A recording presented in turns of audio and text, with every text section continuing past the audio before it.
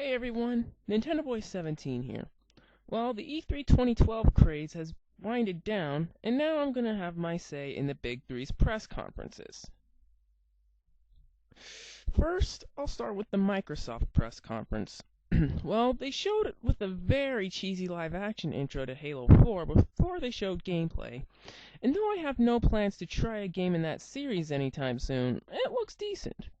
But this is one of the rare exclusives we see here in terms of gameplay, as then we start to see Splinter Cell Blacklist, which again looks alright. But Splinter Cell isn't as stealthy as I remember it going back to playing Splinter Cell 1 on GameCube. But things start to go down with some deja vu, with MS showing uninteresting crap that we already know in regards to Kinect. Just with new programs and add-ons to stuff we already know existed, like TV and sports packages.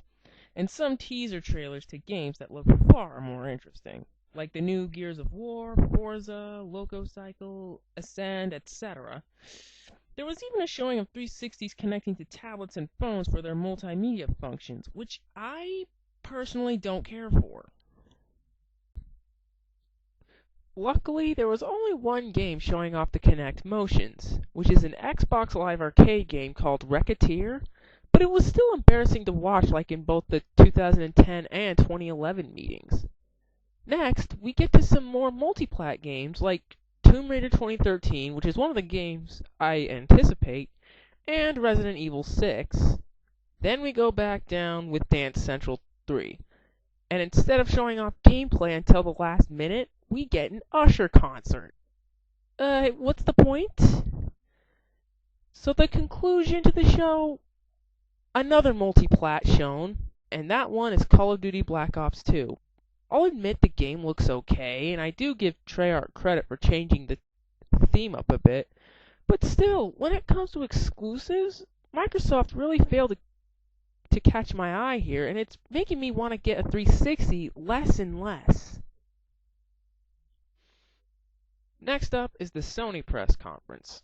Knowing them and their use of montages, they did have an epic one to get me pumped for what they were about to show. One of the biggest games I liked seeing at the conference was PlayStation All-Stars Battle Royale, Sony's take on Nintendo's Smash Bros. Franchise. It was nice to see more gameplay and a confirmation of two more characters, Nathan Drake from Uncharted and Big Daddy from BioShock. Though some flaws I had with their conference were quite similar to Microsoft's, though not as bad.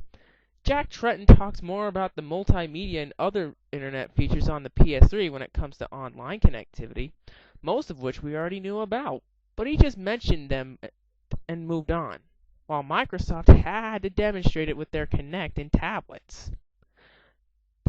There was also this Wonderbook, which is their latest augmented reality gimmick for PlayStation 3, and the first thing they showed off was a book of spells based on the Harry Potter series. As a Potter fan myself, this kind of bored me. Though there were some interesting games like Beyond and The Last of Us, and showing those made the show at least decent to watch. And last but not least, the Nintendo press conference.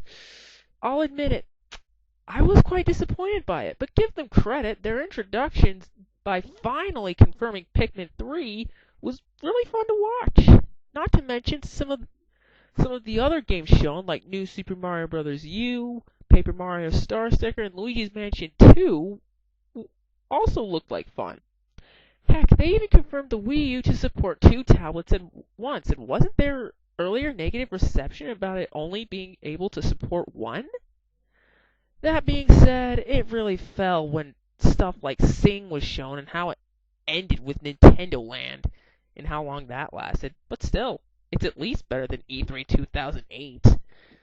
Not to mention, they really didn't share too much new info about Wii U, but still, give it time and it'll pick up. Though I will say, it's a mighty shame that Project P100 was shown not at the conference and GameSpot had to show it on their show floor. Seriously, Ninty, what the heck?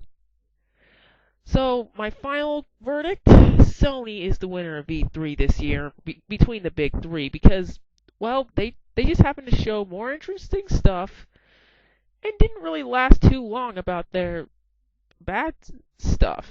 Save for probably Wonder Book, but even then it wasn't too much.